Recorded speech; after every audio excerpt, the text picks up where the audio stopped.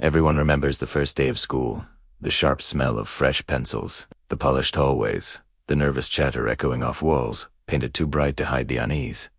But what most people don't realize is that hidden beneath the smiling teachers, the neatly printed schedules, and the ringing of the morning bell, there are secrets that were never meant to be discovered. These are the first day of school horror stories they tried to hide.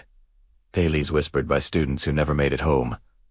Legends scribbled in the margins of old yearbooks and shadows lurking in classrooms that no longer exist on the map. Imagine stepping into a school where your name appears on the attendance list, but you were never supposed to be there. Imagine opening a locker that was never assigned to you, only to find notes written in your own handwriting, though you never wrote them. These aren't just campfire tales or silly ghost rumors. They are horror stories wrapped in real fear, the kind of scary school horror that lingers in the back of your mind every time you step into a silent hallway after dark. And tonight, you will hear them all.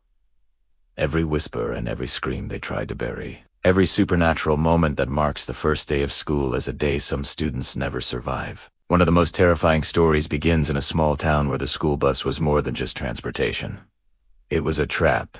A young boy boarded the bus for his very first day of middle school, waving goodbye to his mother as if nothing was wrong. The bus was packed with silent children, none of them meeting his eyes, all of them staring straight ahead, their lips moving in unison with a chant so low it blended with the hum of the engine. "We must arrive, we must arrive." The boy assumed it was some weird inside joke, until the bus drove past the school without stopping, past houses, past roads, and into a forest where the asphalt dissolved into dirt and shadows. When he asked the driver where they were going, the man turned slowly, and his face was pale, blurred, like it had been erased. The children finally turned their heads toward the boy, their smiles stretching too wide, whispering his name in perfect unison. Hours later, the bus rolled back into town, completely empty. The parents were told their son had never been enrolled in that school, that his name didn't exist in the system. It was a horror story they tried to hide, just another disappearance swept under dusty records. But some nights, people swear they still see that bus driving past the school filled with children who should have grown old but never did. If that though isn't chill, you consider the legend of the Whispering Lockers, a tale that has spread across schools worldwide, appearing in Japan, the United States, Mexico, and even small villages in Europe.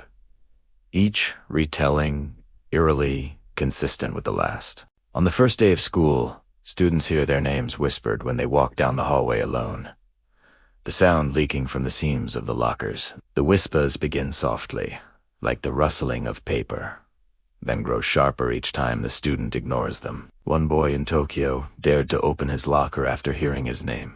Inside, he found dozens of folded notes, each written in red ink, all repeating the same message: "You must answer, or you will be taken."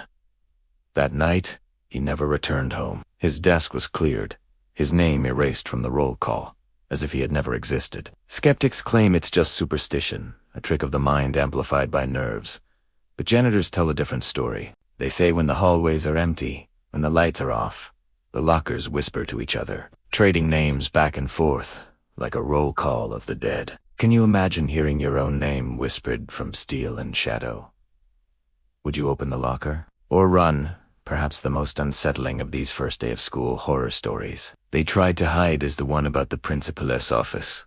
A girl was sent there on her first day for talking during class, annoyed but not afraid, walking down the hallway that seemed to stretch longer and longer with every step she took. The fluorescent lights buzzed overhead, flickering as if struggling to stay alive. By the time she reached the door, the hallway behind her had disappeared. Inside, the principal sat waiting, his face shrouded in shadows, though his smile glowed too wide in the dark. Without asking her name, he slid a sheet of paper across the desk. At the top, in thick black letters, it read, "You must obey, or you must vanish." She tried to laugh it off, insisting it was some kind of prank, but when she looked down, she froze. Her signature was already on the page, written in fresh red ink. No one ever saw her again. Teachers never mentioned her name. Students whispered that if you ever sent to the principal's office on your first day, you must refuse the paper, though no one knows how, because the door always locks behind you. This story spread far beyond that single school, adapted in different towns, tied to different principals. But the warning is always the same. If you hear the words "you must" in that office, don't look down. These aren't just stories for scaring children. They are patterns, echoes of something older than any school itself, something feeding on the vulnerability of the first day, when every student is lost, nervous, and don't be the suggestion. Whether it's the bus that drives you to a place you were never meant to see, the lockers that whisper your name until you answer, or the attendance list that reads off names of the dead, each tale carries the same command, the same chilling rule. You must. You must obey. You must obey. You must never leave. And the scariest part, these first day of school horror stories they tried to hide appear across cultures, across languages, in towns that have never spoken to each other, all describing the same shadows, the same disappearances, the same voices. So tomorrow, when you hear your name called on the first day, when you open your locker for the first time, when you sit quietly on the bus or walk nervously into the principal's office, ask yourself one question. Who else is waiting there with you? And will you be the one to vanish next? If you dare, click here for the next nightmare. A story even darker than this one. A haunted legend that makes these classrooms look like playgrounds. Don't say you weren't warned.